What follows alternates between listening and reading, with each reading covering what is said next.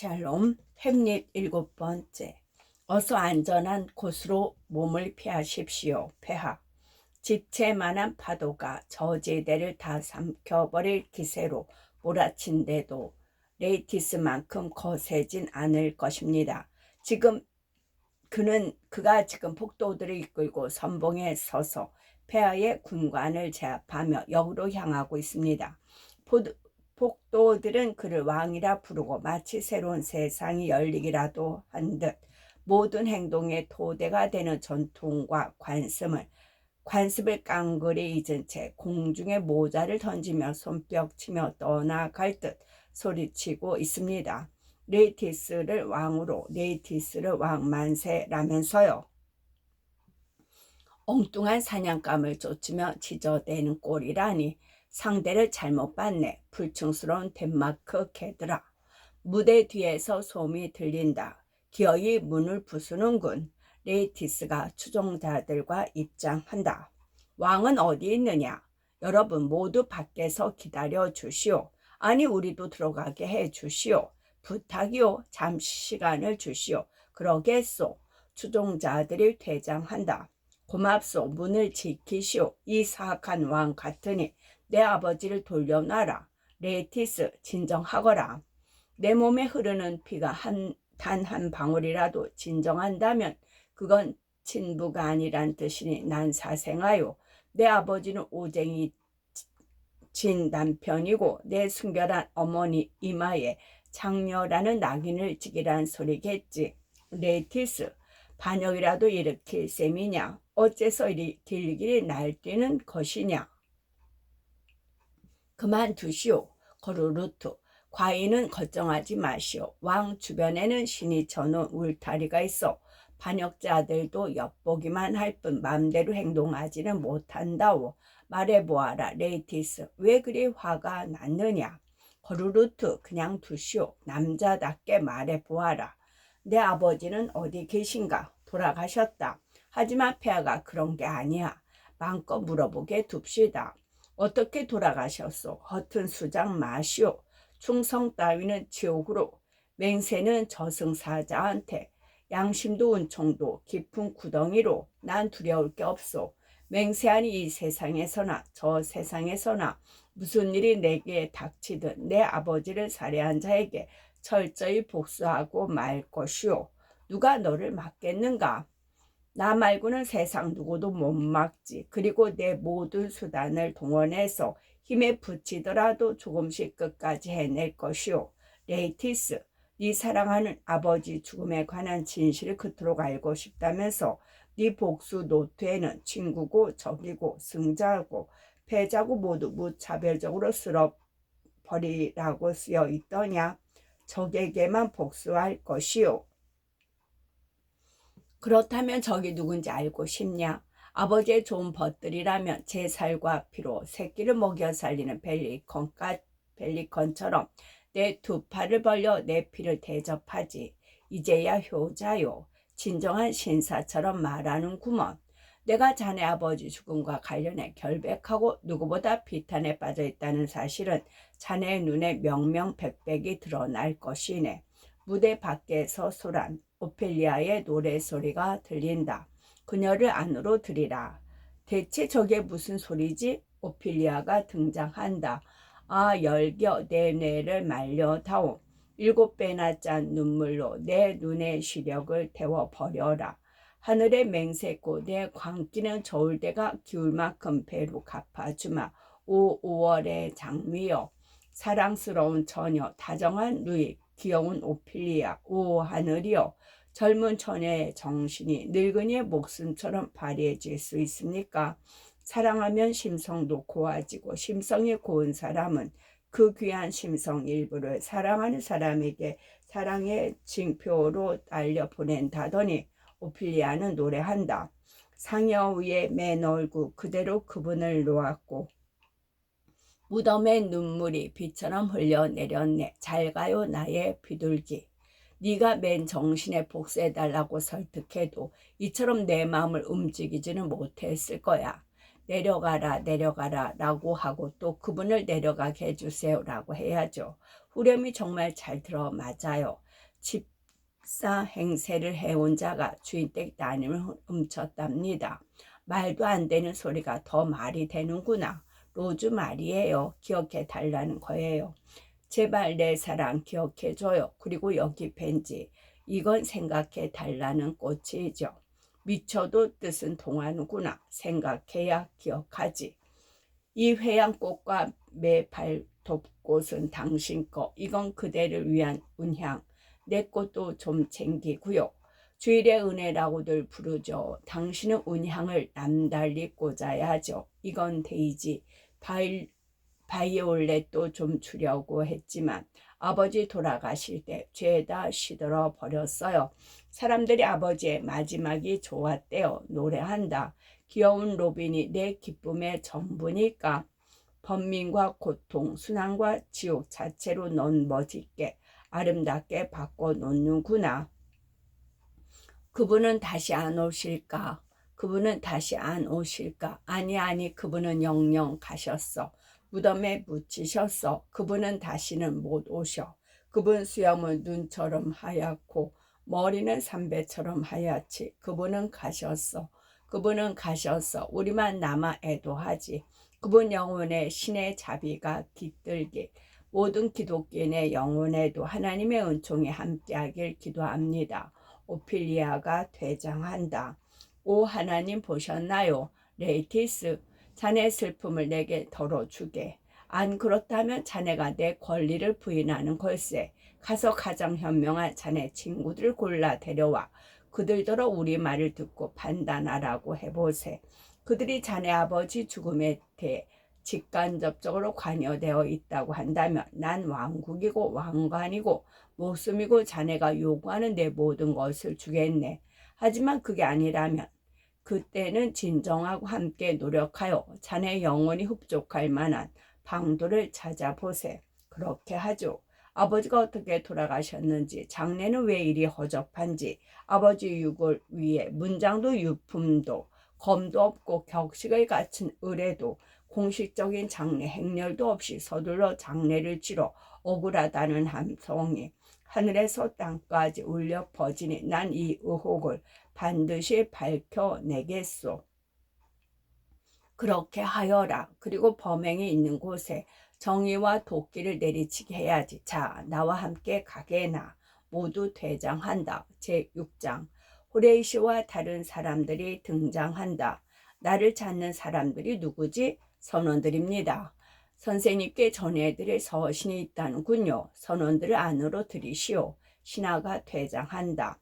나한테 편지를 보낼 사람이 세상에 햄리 왕자님 말고 또 누가 있겠는가? 선원들이 등장한다. 안녕하십니까? 안녕하시오. 네, 덕분에요. 선생님 앞으로 온 편지입니다. 영국행 배에 오른 대사님이 보낸 편지인데 선생님이 호레시오님이라고 들었는데 맞으시죠?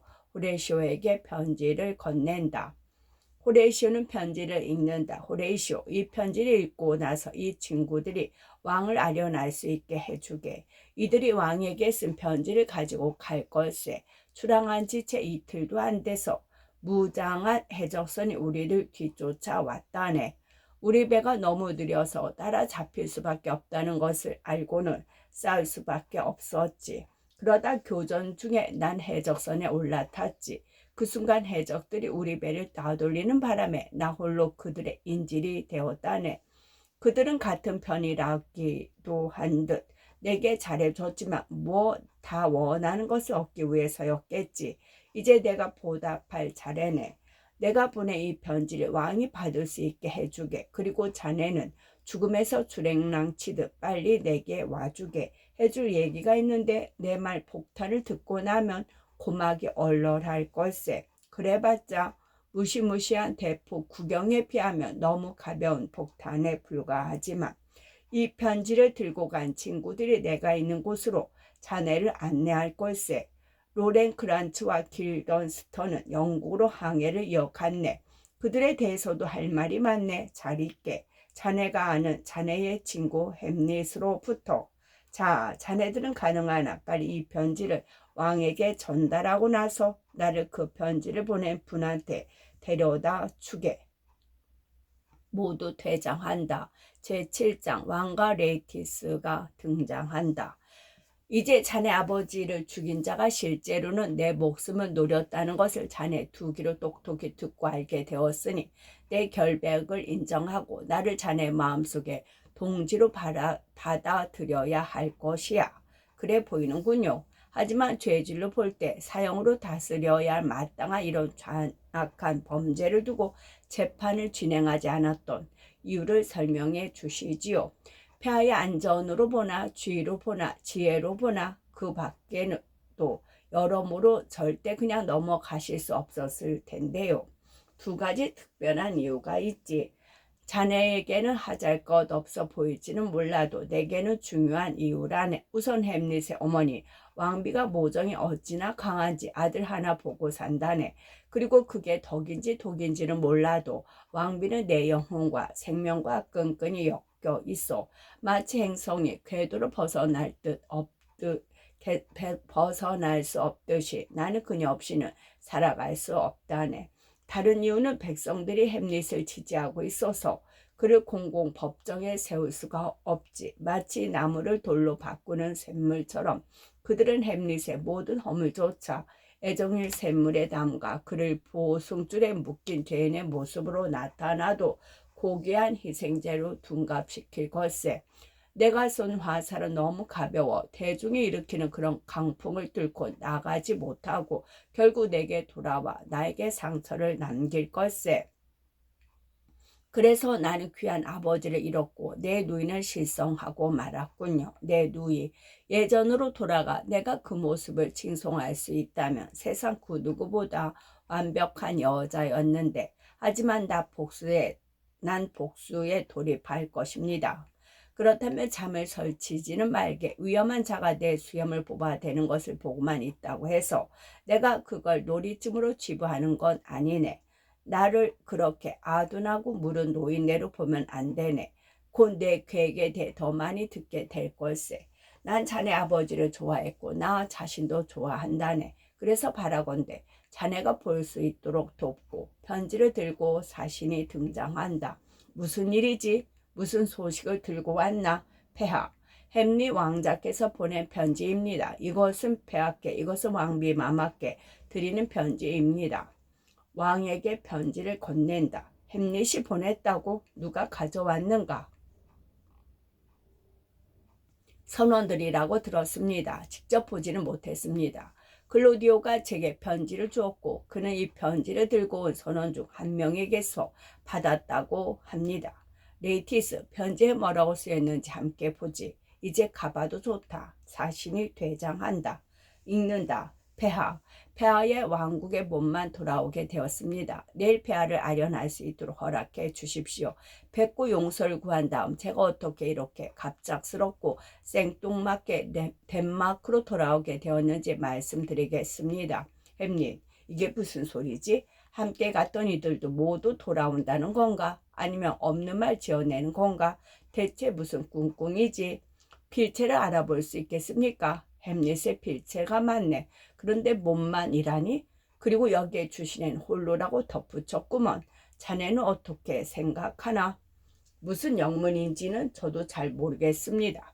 하지만 올 테면 오라죠. 그의 낯짝을 빤히 보며 네가 한 짓을 바라고 말할 생각에 상처받은 가슴에 온기가 퍼지는 것 같습니다. 정말 편지대로 그가 돌아온다며 레이티스.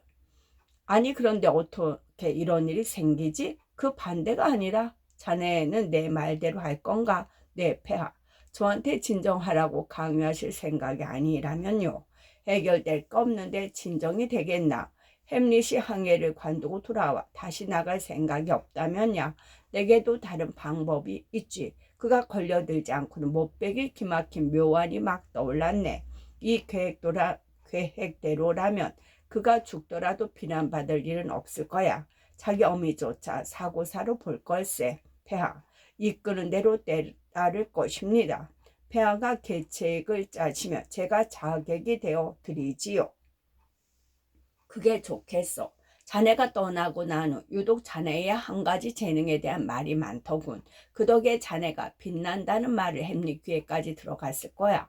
자네의 다른 재능들을 모두 합했는데도 그것만큼 햄릿의 시기심을 사지는 못했을 걸세. 내게는 자네의 다른 재능들이 훨씬 더 중요해 보이지만 무슨 재능을 말씀하시는 건가요? 젊은이, 모자 위를 장식한 리본 같은 재능이지. 하지만 쓸모는 있어. 젊은이들에게는 가볍고 그저 활기 넘치게 보이는 의상이 잘 어울리니까. 나이 든 사람에게는 흑담빛 모피나 어두운 정장의 건재함과 진중함을 보여주는 것처럼 말이지. 2달 전에 노르망디에서 온 신사를 만났네. 나는 프랑스인이 말을 잘 탄다는 것을 직접 보기도 하고 대적해 보기도 한 터라 익히 알고 있네만 그자의 기술은 거의 마법에 가깝더구먼. 안장에 딱 달라붙어서 어찌나 현란하게 말을 타던지 그 용맹한 짐승과 한 몸이라도 된 것 같았네. 내 생각을 뛰어넘는 기술을 선보여서 그런지 그가 했던 기술을 머리로 아무리 재현해 보려 해도 여태껏 잘 그려지지도 않더군. 노르망디 출신이라고요? 그렇다네. 내가 아는 한 라모르가 틀림없어요. 그자였네. 그자를 잘 압니다. 그는 정말이지 프랑스의 국보급 존재예요. 그래, 자네의 얘기를 꺼내면서 자네의 방어술과 역량도 뛰어나고 특히 세장검을 다루는 솜씨가 보통이 아니라고 칭찬하더군. 자네와 맞설 상대가 있다면 아주 볼만한 구경거리가 될 거라고 하더라고. 자네가 프랑스 검객들을 상대한다면 그들은 공격과 방어는커녕 눈을 똑바로 보지도 못할 거라고 호언장담하더군. 이런 말을 들은 햄릿이 너무 시기심이 든 나머지 그저 자네가 돌아와서 겨뤄볼 날만 손꼽아 기다린다고 말했다네. 그러니까 내 말은 무슨 말씀을 하시려는 겁니까? 레이티스, 자네는 아버지를 진정 사랑했나? 아니면 마음은 없으면서 얼굴로만 그저 슬픈 척 연기하는 겐가? 어떻게 그런 말씀을 하실 수 있죠? 자네가 아버지를 사랑하지 않았다고 생각해서가 아니야. 사랑이라는 것도 다 때맞춰 시작되었다가 시간이 지나면서 사랑의 불꽃이 약해지는 것을 무수히 봐왔기 때문이야. 사랑을 불타오르게 하는 사랑의 약초 안에는 심지도 있고 검댕도 있어서 수명을 다하고 나면 모두 다 타고 사라지지. 어떤 것도 한결같이 좋은 상태만 유지할 수는 없는 법이네. 좋은 것이라도 너무 과하게 취하다 보면 감당하지 못할 양의 압도당의 제풀에 꺾이고만 해. 그러니 우리가 하려던 것은 우리가 하려고 마음먹었을 때 해야만 한다네. 시간이 지나면서 말도 많고 방해꾼도 많고 예상 못할 일들도 더지는 만큼 하려던 마음도 변하고 점차 사그러들고 한없이 늦춰지거든. 그러다 보면 해야 할 일은 하지 못하니 한숨은 연고퍼 내쉰들 마음만 더 답답해진다네. 아무튼 문제의 핵심으로 돌아가면 햄릿이 돌아오는 이 시점에서 자네가 자네 아버지의 아들이라는 것을 말뿐이 아닌 몸소 행동으로 보여주기 위해 할 일은 무엇이겠나? 그놈이 예배당에 이때도 기어이 목을 베겠습니다. 어디든 살인자를 보호하는 성역이 되어서는 안 되지. 또 복수란 장소를 가리지 않는 법. 하지만 네이티스, 이렇게 해보게. 두문 불출하지 말고 일단 방에만 머물러 있게. 햄릿이 돌아오면 그는 자네의 귀국도 알게 될 거야. 내 사람들에게 자네의 뛰어난 무술을 칭찬하게 하고 프랑스인이 칭찬한 것까지 보태 자네의 뛰어난 기량을 한껏 빛나게 하겠네. 그런 다음 자네와 맞붙게 하고 내기를 하는 거지. 햄릿은 부주의하고 원만하고 술수 같은 것과는 거리가 멀어서 칼을 미리 꼼꼼히 살펴보지 않을 것세. 그러니 자네는 쉽게 혹은 약간의 속임수를 써서 날카로운 칼을 선택하여 경기 중에 자네 아버지를 위해 복수할 수 있을 걸세. 그렇게 하겠습니다.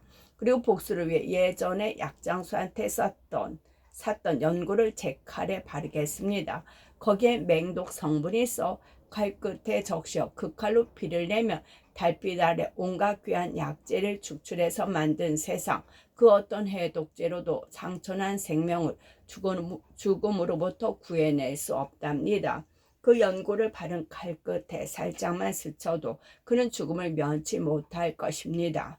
일에 대해 좀 더 생각해 보지. 우리가 원하는 결과를 낼 수 있을 만한 적절한 때와 최적의 수단도 검토해 보자고. 어설프게 처리하다가 실패라도 하여 우리 괴책이 만천하에 드러난다면 차라리 시도하지 않는 편이 나을 걸세. 그러니 첫 번째 시도에서 실패하더라도 이를 만회할 수 있는 후속 조치도 마련해야 하네. 어디 보자. 자네들 결투에 내기를 걸어 승부욕을 자극하고 바로 이거야. 공격하다 보면 덥고 목이 마를 거야. 그렇게 되도록 더욱 격렬하게 경기를 이끌게. 그래서 그 녀석이 마실 것을 찾으면 미리 준비한 독배를 건네고 그가 한 모금 마시면 설사산에 독검을 피한다고 하더라도 우리가 원하는 목적을 거머쥘 수 있을 걸세. 그런데 이게 무슨 소리지? 왕비가 등장한다. 슬픈 소식이 꼬리에 꼬리를 무는구나. 레이티스, 네 동생이 익사했단다. 익사라고요? 오, 어디서요? 버드나무 한 그루가 개울 쪽으로 비스듬히 자라 맑은 개물에 그 하얀 잎들이 넘실넘실 반짝이는 곳이란다.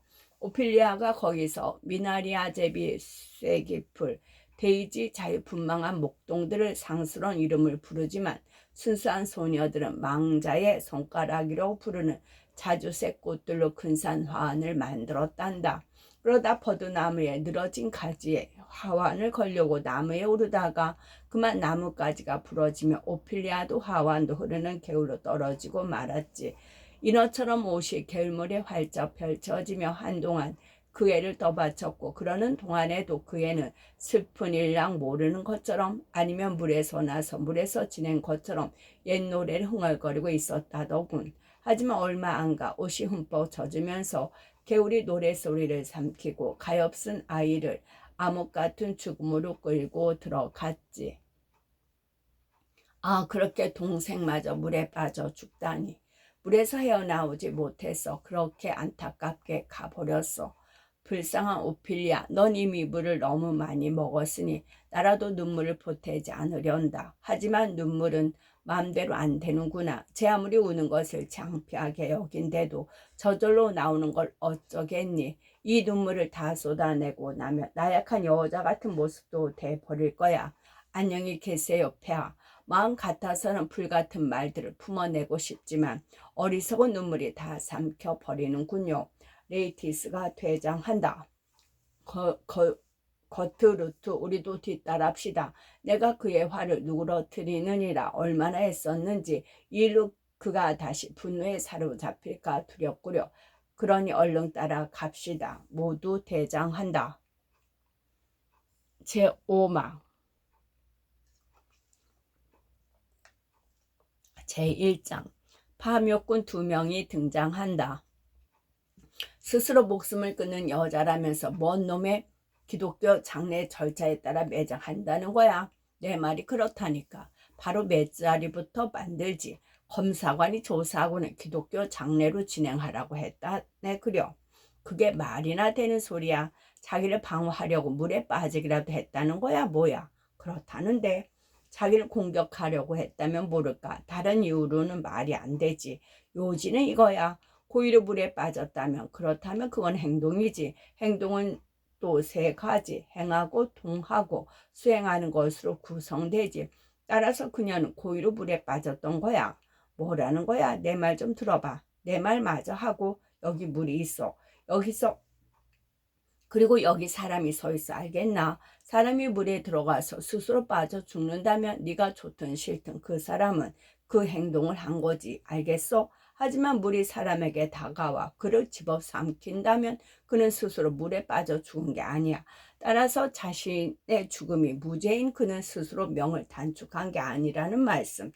이게 법이냐? 그래, 이런 건 검시관의 검시법이지.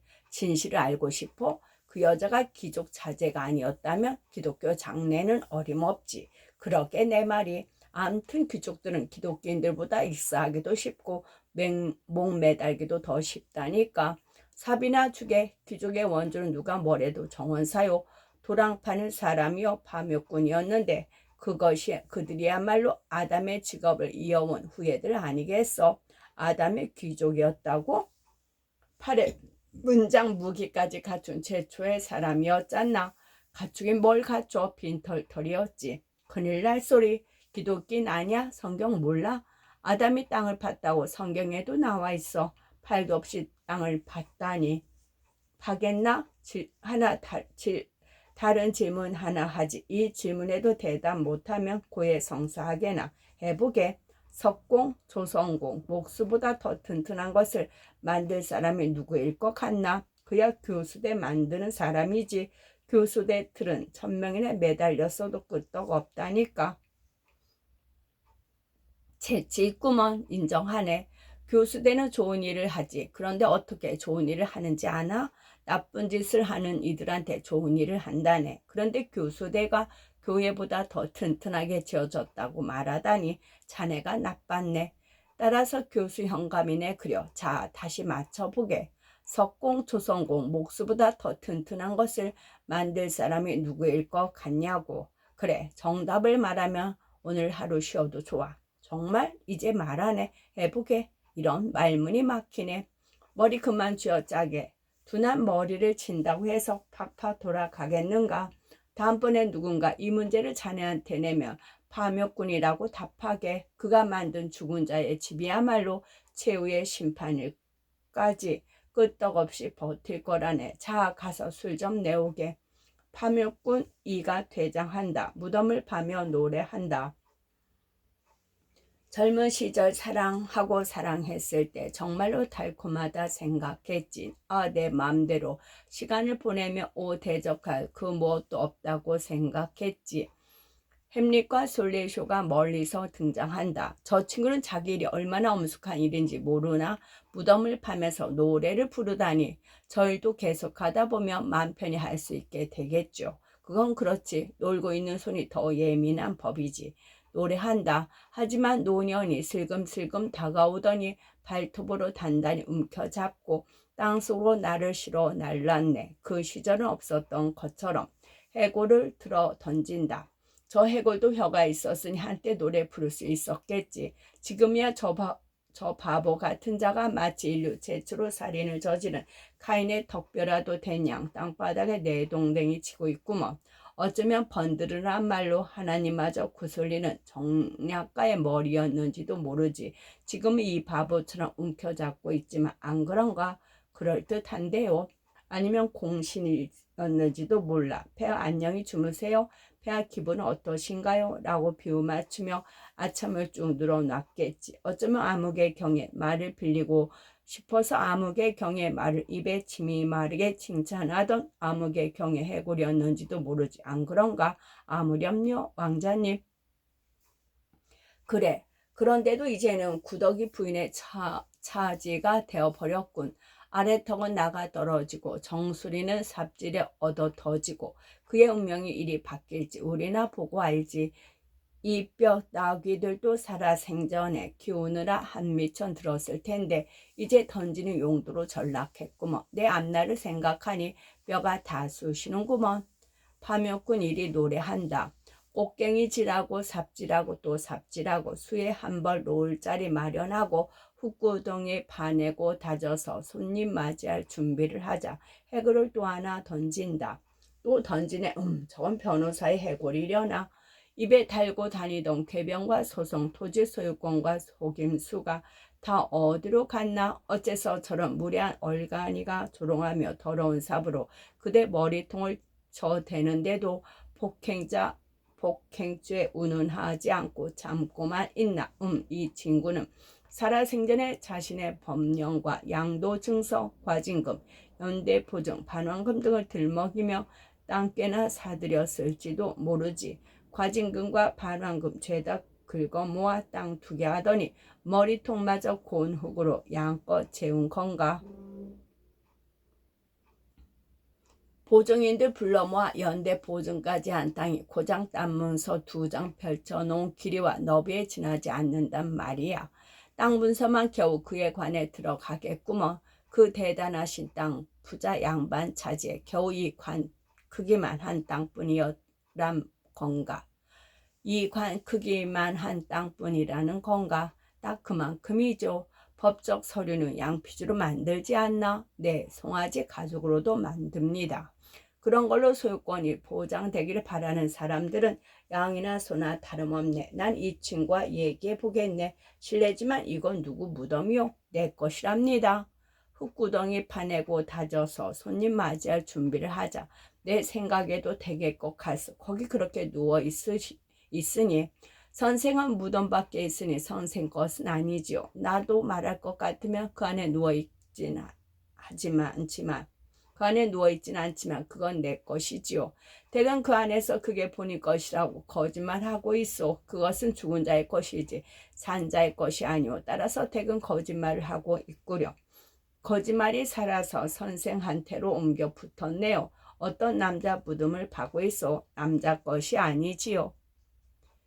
그럼 어떤 여자 것도 아니죠. 누가 그 안에 매장되어 한때 여자였던 자요. 하지만 지금은 죽었으니 애도합시다.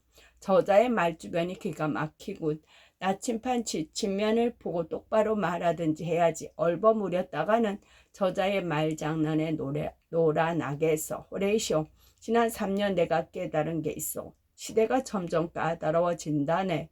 촌뜨기들도 어찌나 궁신뒤에 바짝 다가서서 걷는지 궁신들 발꿈치가 다 쓸릴 지경이더구먼. 무덤 파는 일을 한 지는 얼마나 오래되었소. 많고 많은 날 중에서도 햄릿 선왕이 포틴프라스를 대파한 딱 그날부터 일을 시작했소이다. 그게 언제라는 거요? 그것도 모르시오.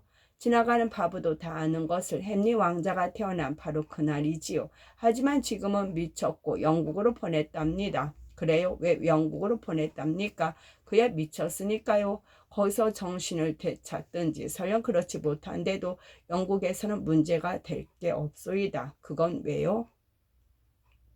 거기서는 티가 안 날 테니까요. 거기 사람들은 모두 그만큼 미쳤다고 합디다. 왕자는 어떻게 미쳤대요? 아주 딴 사람이 되었다고들 하더라고요. 어떤 딴 사람이요? 정신줄마저 놓았다 그럽디다. 무슨 근거로?